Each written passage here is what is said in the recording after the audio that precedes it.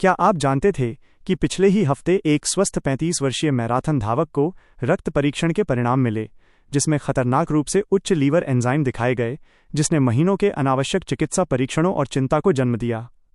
चौंकाने वाला सच ये था कि उसने रक्त निकालने से ठीक एक सुबह पहले एक तीव्र कसरत की थी। ये लाखों लोगों के साथ हर एक दिन होता है और ये पूरी तरह से रोका जा सकता है। जॉन्स हॉपकिंस के एक अभूतपूर्व 2023 के अध्ययन ने 500,000 से अधिक रक्त परीक्षणों के परिणामों का विश्लेषण किया और पाया कि लगभग 40% में महत्वपूर्ण अशुद्धियां थीं, जो सरल तैयारी की गलतियों के कारण हुईं, जो मरीजों ने अपने परीक्षण से 24 से 48 घंटे पहले की थीं। ये छोटे मोटे बदलाव भी नहीं थे। हम उन अंतरों की बात कर रहे हैं जिनके कारण गलत निदान, अनावश्यक दवाएं और कुछ मामलों में गंभीर स्वास्थ्य स्थितियों का पूरी तरह से पता नहीं चल पाना हुआ। सबसे हैरान कर देने वाली बात यह है कि इन सभी त्रुटियों से बचा जा सकता था, बस बुनियादी ज्ञान के साथ, जिसे समझने में 10 मिनट से भी कम समय लगता है। आपका रक्त आपके स्वास्थ्य के बारे में एक कहानी बताता है, लेकिन अगर आपको ये महत्वपूर्ण तैयारी के कदम नहीं पता हैं तो वो कहानी पूरी तरह से कल्पना बन सकती है। और अनुसंधान की समीक्षा करते समय किस चीज़ ने वास्तव में मेरा ध्यान खींचा? हमारी सूची में गलती नंबर 2 में कुछ ऐसा शामिल है जो 78% लोग गलत करते हैं। और अध्ययन बताते हैं कि यह आपके कोलेस्ट्रॉल की रीडिंग को 25% तक और आपके रक्त शर्करा को उससे भी अधिक बदल सकता है। संभावित रूप से आपको मधुमेह का निदान मिल सकता है, जबकि आप वास्तव में पूरी तरह से स्वस्थ हैं। इससे पहले कि हम शुरू करें, हमें अभी टिप्पणियों में अपनी उम्र और आप हमें कहां से देख रहे हैं ये बताएं। हम हर एक टिप्पणी को पढ़ते हैं और उसका जवाब देते हैं, इसलिए अपनी टिप्पणियां नीचे दें। अब बिना किसी और देरी के चलिए शुरू करते हैं। नंबर 10, ये न जानना कि किन दवाओं को बंद करना है। क्लिनिकल केमिस्ट्री जर्नल में प्रकाशित 2022 के एक विश्लेषण के अनुसार ये गलती लगभग 15% रक्त परीक्षण परिणामों को प्रभावित करती है। फिर भी इस बारे में शायद ही कोई बात करता है। कई सामान्य दवाएं और पूरक आपके रक्त परीक्षण के परिणामों को इस तरह से नाटकीय रूप से बदल सकते हैं, जिसका आपके वास्तविक स्वास्थ्य की स्थिति से कोई लेना देना नहीं है। बायोटिन को लें, वो लोकप्रिय बाल और नाखून पूरक जो लाखों लोग रोजाना लेते हैं। मेयो क्लिनिक के अनुसंधान में पाया गया कि बायोटिन 40 से अधिक विभिन्न रक्त परीक्षणों में झूठे उच्च या झूठे कम परिणाम दे सकता है, जिसमें थायराइड हार्मोन, विटामिन डी और यहां तक कि दिल के दौरे का निदान करने के लिए उपयोग किए जाने वाले कार्डियक मार्कर भी शामिल हैं। एक केस स्टडी में एक महिला का दस्तावेजीकरण किया गया, जिसका लगभग एक गंभीर थायराइड स्थिति के लिए इलाज किया जाने वाला था, जो उसे वास्तव में नहीं थी। ये सब इसलिए हुआ क्योंकि वो अपने बालों के लिए रोजाना 10 मिलीग्राम बायोटिन ले रही थी। यह हस्तक्षेप इसलिए होता है क्योंकि बायोटिन का उपयोग वास्तविक प्रयोगशाला परीक्षण प्रक्रिया में किया जाता है, और जब आपके रक्त में अतिरिक्त बायोटिन होता है तो ये परीक्षण के यांत्रिकी में गड़बड़ी पैदा करता है। समाधान सीधा है, लेकिन इसके लिए योजना की आवश्यकता है।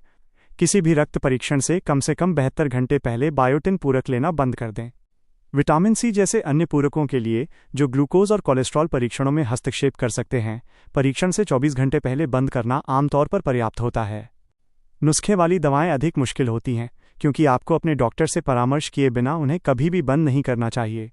हालांकि आपको रक्त परीक्षण का आदेश दिए जाने से पहले अपने डॉक्टर को अपनी हर एक दवा और पूरक के बारे में बिल्कुल बताना होगा। उन्हें आपके परीक्षण के समय को समायोजित करने या आपके द्वारा ली जा रही चीज़ों के आधार पर परिणामों की अलग तरह से व्याख्या करने की आवश्यकता हो सकती है। सिरदर्द के लिए एस्पिरिन लेने जैसी मासूम सी चीज़ भी उसके बाद 1 सप्ताह तक प्लेटलेट फंक्शन परीक्षणों को प्रभावित कर सकती है। मुख्य बात यह है कि आप जो कुछ भी लेते हैं उसकी एक पूरी सूची बनाएं, जिसमें कभी कभी ली जाने वाली ओवर द काउंटर दवाएं भी शामिल हैं, और परीक्षण निर्धारित करने से पहले अपने स्वास्थ्य सेवा प्रदाता के साथ इस पर चर्चा करें। अब एक ऐसी गलती के बारे में बात करते हैं जो स्वास्थ्य के प्रति जागरूक लोगों को भी अप्रत्याशित रूप से पकड़ लेती है। नंबर 9, दिन के गलत समय पर परीक्षण करना। आपका शरीर एक 24 घंटे की जैविक घड़ी पर काम करता है, जो रक्त परीक्षणों में मापे गए लगभग हर पदार्थ को प्रभावित करती है। फिर भी शिकागो विश्वविद्यालय के एक अध्ययन में पाया गया कि 62% मरीज नहीं जानते कि ये मायने रखता है। तनाव हार्मोन कोर्टिसोल दिन भर में 50% तक भिन्न हो सकता है, सुबह जल्दी सबसे अधिक होता है और आधी रात के आसपास अपने निम्नतम बिंदु पर गिर जाता है। यदि आप अपना कोर्टिसोल सुबह 8 बजे के बजाय दोपहर 3 बजे टेस्ट करवाते हैं, तो आप एड्रेनल अपर्याप्तता से पीड़ित हो सकते हैं, जबकि आपके एड्रेनल वास्तव में पूरी तरह से ठीक काम कर रहे हैं। पुरुषों में टेस्टोस्टेरोन एक समान पैटर्न का अनुसरण करता है, जिसका स्तर शाम की तुलना में सुबह 35% तक अधिक होता है। 5000 पुरुषों के 2021 के एक अध्ययन में पाया गया कि दोपहर में परीक्षण किए गए लोगों में कम टेस्टोस्टेरोन का निदान होने की संभावना उन लोगों की तुलना में दुगुनी थी जिनका परीक्षण सुबह में किया गया था, भले ही उनका वास्तविक हार्मोन उत्पादन समान था। आयरन का स्तर भी काफ़ी हद तक उतार चढ़ाव करता है, आमतौर पर सुबह में 30% अधिक होता है। यहाँ तक कि स्वस्थ व्यक्तियों में आपकी सफ़ेद रक्त कोशिका की गिनती भी दिन भर में बदलती रहती है, सुबह से शाम तक लगभग 25% बढ़ जाती है। समाधान ये है कि यदि आप समय के साथ बदलावों को ट्रैक कर रहे हैं तो हमेशा दिन के एक ही समय के लिए रक्त परीक्षण निर्धारित करें और अधिमानतः सुबह 7 बजे से 10 बजे के बीच का लक्ष्य रखें, जब अधिकांश संदर्भ श्रेणियां स्थापित की जाती हैं। यदि आप हार्मोन परीक्षण करवा रहे हैं, खासकर टेस्टोस्टेरोन या कोर्टिसोल, तो सटीक परिणामों के लिए सुबह का परीक्षण बिल्कुल आवश्यक है। जब आप सुबह की अपॉइंटमेंट नहीं ले सकते हैं तो रक्त निकालने के समय को नोट करना सुनिश्चित करें और अपने डॉक्टर को इसका उल्लेख करें, क्योंकि उन्हें परिणामों की अलग तरह से व्याख्या करने की आवश्यकता हो सकती है।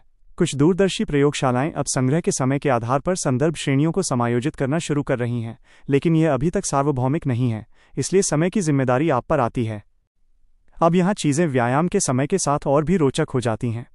इससे पहले कि हम जारी रखें, यदि आप अब तक वीडियो का आनंद ले रहे हैं तो लाइक बटन दबाएं ताकि अधिक वरिष्ठ इसे देख सकें और सदस्यता लें। हमारे पास हर दिन आने वाले अधिक शक्तिशाली वरिष्ठ स्वास्थ्य युक्तियों के वीडियो हैं और आप अगले को चूकना नहीं चाहेंगे। नंबर 8, परीक्षण के बहुत करीब व्यायाम करना। आपके रक्त परीक्षण से ठीक पहले कि वो सुबह की दौड़ या जिम सत्र हानिरहित या यहाँ तक कि स्वस्थ लग सकता है, लेकिन ये वास्तव में आपके परिणामों को इस तरह से तोड़ मरोड़ रहा है जो अधिकांश लोगों को चौंका देता है। American college of sports medicine के एक व्यापक 2023 के अध्ययन ने 1200 एथलीटों में रक्त मार्करों की जांच की और पाया कि रक्त संग्रह के 24 घंटे के भीतर किए गए तीव्र व्यायाम ने 30 से अधिक विभिन्न रक्त मार्करों को काफ़ी हद तक बदल दिया। क्रिएटिन काइनेज, एक मार्कर जिसका उपयोग अक्सर दिल के दौरे या मांसपेशियों की बीमारियों का पता लगाने के लिए किया जाता है, एक कठिन कसरत के बाद 300% तक बढ़ सकता है और 72 घंटों तक बढ़ा रह सकता है।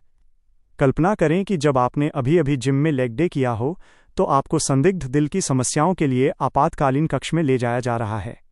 लीवर एंजाइम जैसे ALT और ASD, जिनका उपयोग डॉक्टर लीवर के स्वास्थ्य का आकलन करने के लिए करते हैं, व्यायाम के बाद 150% तक बढ़ सकते हैं और विशेष रूप से तीव्र प्रशिक्षण के बाद 1 सप्ताह तक बढ़े रह सकते हैं।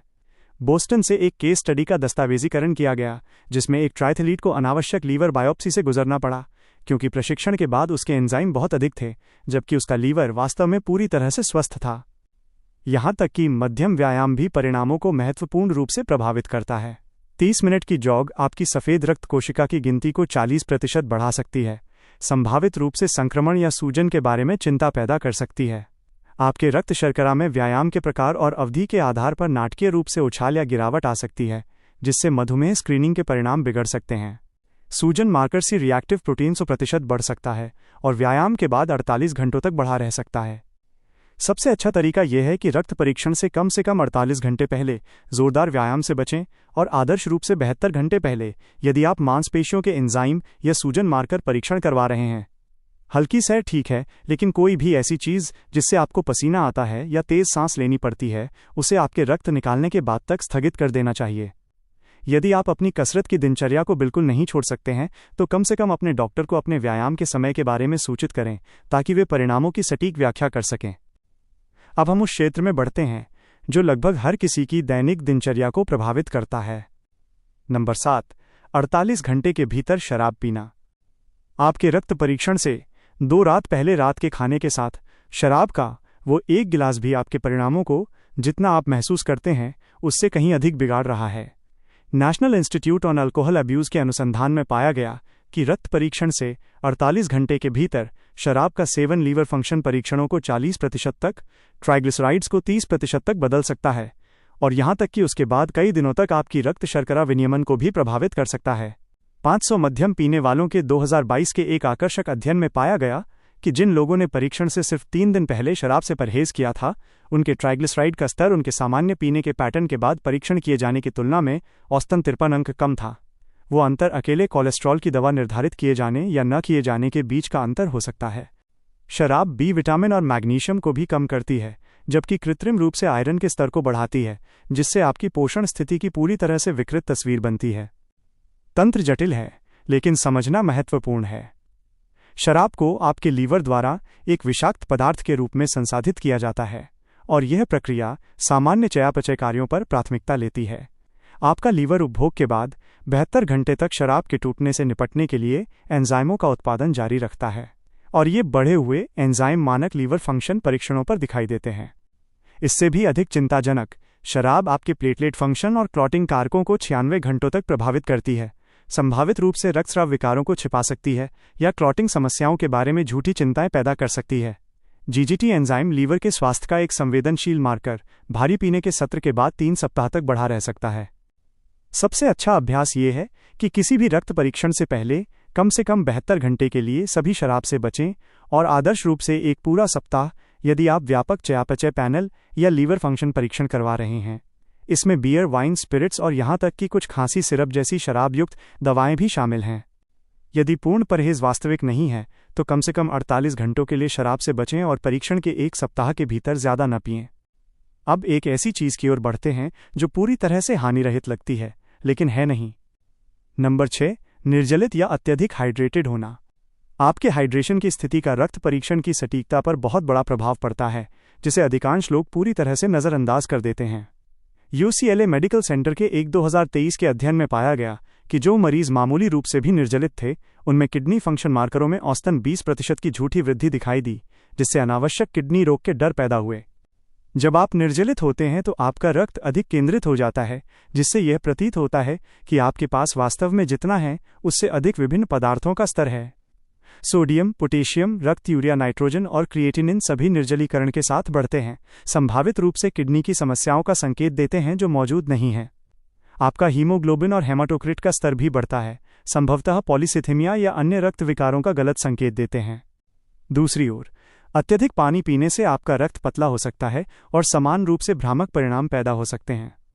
800 मरीजों के एक अध्ययन में पाया गया कि जिन लोगों ने परीक्षण से 1 घंटे पहले 1 लीटर से अधिक पानी पिया था, उनमें 35% मामलों में झूठे कम सोडियम स्तर दिखाई दिए, जिनमें से कुछ को तत्काल उपचार की आवश्यकता वाले खतरनाक हाइपोनेट्रीमिया से पीड़ित प्रतीत हुए। अत्यधिक जलयोजन ने प्रोटीन मार्करों, हार्मोन के स्तर और यहाँ तक कि रक्त कोशिका की गिनती को भी पतला कर दिया, जिससे ऐसा लगा कि मरीजों को एनीमिया था, जबकि उनकी लाल रक्त कोशिका का उत्पादन वास्तव में सामान्य था। हाइड्रेशन के लिए सही संतुलन में परीक्षण से लगभग 1 घंटे पहले तक अपनी सामान्य मात्रा में पानी पीना शामिल है। उचित जलयोजन के संकेतक के रूप में हल्के पीले पेशाब का लक्ष्य रखें, न कि पूरी तरह से साफ और न ही गहरे एम्बर। अधिकांश लोगों को परीक्षण से 2 घंटे पहले लगभग 16 से 24 औंस पानी की आवश्यकता होती है, जिसे एक बार में गटकने के बजाय धीरे धीरे घूंट घूंट करके पीना चाहिए। परीक्षण से 24 घंटे पहले अत्यधिक कैफीन या शराब से बचें, क्योंकि दोनों ही मूत्रवर्धक हैं जो निर्जलीकरण को बढ़ावा देते हैं। यदि आप उपवास रक्त कार्य करवा रहे हैं तो आप सामान्य जलयोजन बनाए रखने के लिए उपवास की अवधि के दौरान सादा पानी पी सकते हैं और पीना चाहिए। रक्त परीक्षण से पहले कुछ भी न पीने की पुरानी सलाह पुरानी है और वास्तव में परिणाम की सटीकता के लिए हानिकारक है। अब एक ऐसी चीज के लिए जो सिर्फ मिनटों के भीतर आपके परिणामों को प्रभावित करती है। नंबर 5, रक्त परीक्षणों पर व्हाइट कोट इफेक्ट। तनाव और चिंता केवल डॉक्टर के कार्यालय में आपका रक्तचाप ही नहीं बढ़ाते हैं, वे कई रक्त परीक्षणों के परिणामों को इस तरह से नाटकीय रूप से बदल देते हैं जिससे गंभीर गलत निदान हो सकता है। हार्वर्ड मेडिकल स्कूल के एक अभूतपूर्व 2024 के अध्ययन ने 2000 मरीजों का अनुसरण किया और पाया कि चिकित्सा चिंता वाले लोगों ने अपने वास्तविक आधार रेखा से 45% अधिक कोर्टिसोल स्तर, औसतन 18 अंक रक्त शर्करा में वृद्धि और 25% तक सफ़ेद रक्त कोशिका की गिनती में वृद्धि दिखाई। ये सब केवल तनाव के कारण। शोधकर्ताओं ने पाया कि सुई के डर के बारे में मामूली चिंता भी एक शक्तिशाली तनाव प्रतिक्रिया को ट्रिगर कर सकती है, जो गंभीर चिकित्सा स्थितियों की नकल कर सकती है। एक विशेष रूप से चौंकाने वाला मामला एक मरीज का था जिसकी रक्त शर्करा एक तनावपूर्ण रक्त निकालने के दौरान 142 तक बढ़ गई थी, जिससे वे पूर्व मधुमेह सीमा में आ गए थे। लेकिन जब सिर्फ 2 दिन बाद शांत अवस्था में पुनः परीक्षण किया गया तो वो सामान्य 95 पर आ गई। तनाव प्रतिक्रिया आपके सहज तंत्रिका तंत्र को ट्रिगर करती है, जो आपके शरीर को एड्रेनालाइन और कोर्टिसोल से भर देती है। इससे आपका लीवर तेज ऊर्जा के लिए आपके रक्त प्रवाह में ग्लूकोज डालता है। आपकी सफ़ेद रक्त कोशिकाएं एक संक्रमण से लड़ रही हैं जैसे लामबंद होती हैं और आपके सूजन मार्कर बढ़ जाते हैं। अध्ययन बताते हैं कि एक प्रमुख सूजन मार्कर सी रिएक्टिव प्रोटीन तीव्र तनाव के 30 मिनट के भीतर दोगुना हो सकता है। यहाँ तक कि तनावपूर्ण रक्त निकालने के दौरान आपका कोलेस्ट्रॉल भी 10% तक बढ़ सकता है। समाधान में विसंपीड़ित होने के लिए अपनी अपॉइंटमेंट के लिए कम से कम 15 मिनट पहले पहुंचना, प्रतीक्षा करते समय गहरी सांस लेने के अभ्यास का अभ्यास करना, और यदि आप चिंतित हैं तो फ्लेबोटोमिस्ट को सूचित करना शामिल है ताकि वे आपको आराम करने में मदद कर सकें। अनुसंधान से पता चलता है कि रक्त निकालने के दौरान शांत संगीत सुनने से तनाव हार्मोन का स्तर 23% तक कम हो सकता है। यदि आपको गंभीर चिकित्सा चिंता है तो निकालने के दौरान लेटने की स्थिति के लिए पूछने पर विचार करें, जो वासोवागल प्रतिक्रियाओं और संबंधित तनाव हार्मोन को कम करता है। कुछ मरीज सुबह सबसे पहले अपना रक्त कार्य निर्धारित करने से लाभान्वित होते हैं, जब कोर्टिसोल की लय अधिक स्थिर होती है और प्रत्याशित चिंता को बनाने के लिए कम समय होता है। यह अगली गलती पूरी तरह से रोके जाने योग्य होने के बावजूद चौंकाने वाली रूप से सामान्य है। नंबर 4, संग्रह से पहले और उसके दौरान स्थिर न रहना। हलचल और स्थिति परिवर्तन आपके रक्त की संरचना को उम्मीद से कहीं अधिक नाटकीय रूप से प्रभावित करते हैं। जर्नल ऑफ क्लिनिकल पैथोलॉजी के एक अध्ययन में पाया गया कि केवल 5 मिनट के लिए लेटने की स्थिति से खड़े होने से प्रोटीन का स्तर 10% तक, कैल्शियम 6% तक और कोलेस्ट्रॉल 8% तक बढ़ सकता है। शोधकर्ताओं ने 400 मरीजों का परीक्षण किया और पाया कि जिन लोगों ने रक्त संग्रह से ठीक पहले घूमना फिरना किया था, उनमें हेमाटोक्रिट का स्तर उन लोगों की तुलना में औसतन 5% अधिक था जो पहले 15 मिनट तक चुपचाप बैठे थे। ऐसा इसलिए होता है क्योंकि जब आप खड़े होते हैं या घूमते हैं तो गुरुत्वाकर्षण द्रव को आपकी रक्त वाहिकाओं से आसपास के ऊतकों में स्थानांतरित करने का कारण बनता है, जिससे शेष रक्त घटक केंद्रित हो जाते हैं। रक्त निकालने के दौरान फिटगेट करना या अपनी मांसपेशियों को तनावग्रस्त करना भी परिणामों को प्रभावित कर सकता है। बार बार अपनी मुट्ठी को भींचने और खोलने से ही पोटेशियम का स्तर 20% तक बढ़ सकता है, जो पहले मानक अभ्यास हुआ करता था लेकिन अब झूठी वृद्धि का कारण माना जाता है। 2023 के एक अध्ययन में उन मामलों का दस्तावेजीकरण किया गया जहां मरीजों को उच्च पोटेशियम स्तर के लिए अनावश्यक हृदय दवाएं निर्धारित की गईं, जो वास्तव में संग्रह के दौरान मुट्ठी पंप करने से हुई कलाकृतियां थीं। हाथ की स्थिति भी मायने रखती है। आपके हाथ का नीचे लटकना बनाम हृदय के स्तर पर समर्थित होना रक्तचाप की रीडिंग को 10 अंकों तक बदल सकता है और विभिन्न रक्त घटकों की एकाग्रता को 3 से 5% तक प्रभावित कर सकता है। सबसे अच्छा अभ्यास यह है कि लैब में जल्दी पहुंचें और संग्रह से पहले कम से कम 15 मिनट तक चुपचाप बैठें। निकालने के दौरान अपने हाथ को आरामदायक और हृदय के स्तर पर समर्थित रखें। जब तक विशेष रूप से न कहा जाए तब तक अपनी मुट्ठी को पंप न करें और तब भी नसों को दृश्यमान बनाने के लिए इसे न्यूनतम ही करें। यदि आपको लैब तक लंबी दूरी पैदल चलकर जानी है तो संग्रह से पहले अतिरिक्त बैठने के समय को ध्यान में रखें। सबसे सटीक परिणामों के लिए, खासकर प्रोटीन और सेल काउंट परीक्षणों के लिए, रक्त निकालने से पहले कम से कम 15 मिनट तक एक ही स्थिति बनाए रखें। अगली गलती वो है जिसे कई स्वास्थ्य सेवा कार्यकर्ता भी पूरी तरह से नहीं समझते हैं। नंबर 3, गलत बांह से रक्त लेना। यदि आपने कोई चिकित्सा प्रक्रिया करवाई है या एक बांह में आईवी है तो उसी बांह से रक्त लेने से आपके परीक्षण के परिणाम पूरी तरह से अमान्य हो सकते हैं। रोग नियंत्रण केंद्रों से एक चौंकाने वाली जांच में पाया गया कि अस्पताल सेटिंग्स में असामान्य रक्त परीक्षण परिणामों में से 10% तक वास्तव में आईवी तरल पदार्थों से संदूषण के कारण थे, न कि सच्चे रोगी मूल्यों के कारण। जब आपके पास एक आईवी चल रहा होता है तब भी उसी बांह में एक अलग नस में तरल पदार्थ आसपास के ऊतकों में रिस सकते हैं और फिर रक्त के नमूने में खींचे जा सकते हैं। एक दस्तावेजित मामले में एक मरीज की ग्लूकोज रीडिंग 450 दिखाई गई, जो गंभीर मधुमेह का संकेत दे रही थी, जबकि उनकी वास्तविक रक्त शर्करा एक सामान्य 95 थी। यह सब इसलिए हुआ क्योंकि रक्त डेक्सट्रोज आईवी के समान बांह से लिया गया था। यह मुद्दा मौजूदा आईवी से आगे भी फैला हुआ है। यदि आपने हाल ही में एक बांह में इंजेक्शन, टीकाकरण या इमेजिंग अध्ययन के लिए कंट्रास्ट डाई भी ली है तो उस बांह को रक्त निकालने के लिए कम से कम 24 से 48 घंटे के लिए टाल देना चाहिए। 2022 के एक अध्ययन में पाया गया कि हाल ही में टीका लगाई गई बाहों से लिए गए रक्त में विपरीत बांह के रक्त की तुलना में 200% तक उच्च सूजन मार्कर दिखाई दिए, जो संभावित रूप से गंभीर सूजन का संकेत दे रहे थे, जो वास्तव में केवल एक स्थानीय प्रतिक्रिया थी। यहां तक कि एक बांह पर बार बार रक्तचाप लेने से भी दबाव में बदलाव और हल्के ऊतक आघात के माध्यम से उस अंग में रक्त की संरचना अस्थायी रूप से बदल सकती है। समाधान सरल है, लेकिन इसके लिए आपको सक्रिय होने की आवश्यकता है। फ्लेबोटोमिस्ट को हमेशा किसी भी हाल की प्रक्रियाओं, इंजेक्शन या आईवी के बारे में सूचित करें। यदि आपकी एक कांख से लिम्फ नोड्स हटा दिए गए हैं, जो आमतौर पर स्तन कैंसर के उपचार के दौरान होता है, तो उस बांह का उपयोग कभी भी रक्त निकालने के लिए नहीं किया जाना चाहिए, क्योंकि इससे लिम्फेडेमा हो सकता है। जब संभव हो तो हलचल कलाकृतियों को कम करने के लिए रक्त निकालने के लिए अपनी गैर हावी बांह का उपयोग करें। यदि दोनों बाहों में हाल ही में प्रक्रियाएं हुई हैं तो वैकल्पिक साइटों के बारे में पूछें या रक्त परीक्षण को तब तक स्थगित करें जब तक कि एक बांह पूरी तरह से ठीक न हो जाए। अब दूसरी सबसे महत्वपूर्ण गलती के लिए जो अधिकांश लोग करते हैं, नंबर 2, 24 घंटे पहले गलत खाद्य पदार्थ खाना। ये वो गलती है जो अध्ययन बताते हैं कि 78% लोग करते हैं, और ये उनके रक्त परीक्षण की सटीकता को पूरी तरह से बर्बाद कर रहा है। भले ही आपको उपवास करने की आवश्यकता न हो, आप रक्त परीक्षण से 24 घंटे पहले क्या खाते हैं, ये आपके परिणामों को बड़े पैमाने पर प्रभावित करता है।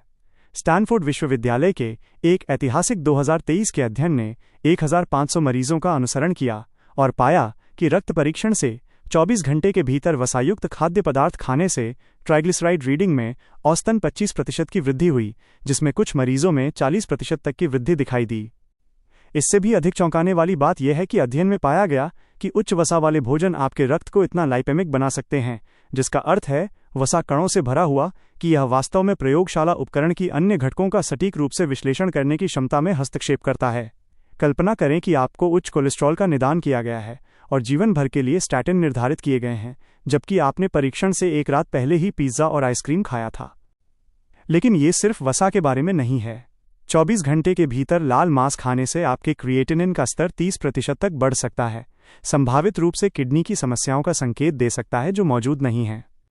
एक आकर्षक केस स्टडी में एक बॉडी बिल्डर का दस्तावेजीकरण किया गया, जिसने अपने रक्त परीक्षण से एक रात पहले 2 पाउंड स्टेक खाया और किडनी फंक्शन मार्कर दिखाए जो स्टेज 2 किडनी रोग का सुझाव दे रहे थे। लेकिन जब 48 घंटों के लिए मांस से परहेज करने के बाद पुनः परीक्षण किया गया तो उसकी किडनी पूरी तरह से स्वस्थ थी। चीनी एक और विशाल अपराधी है।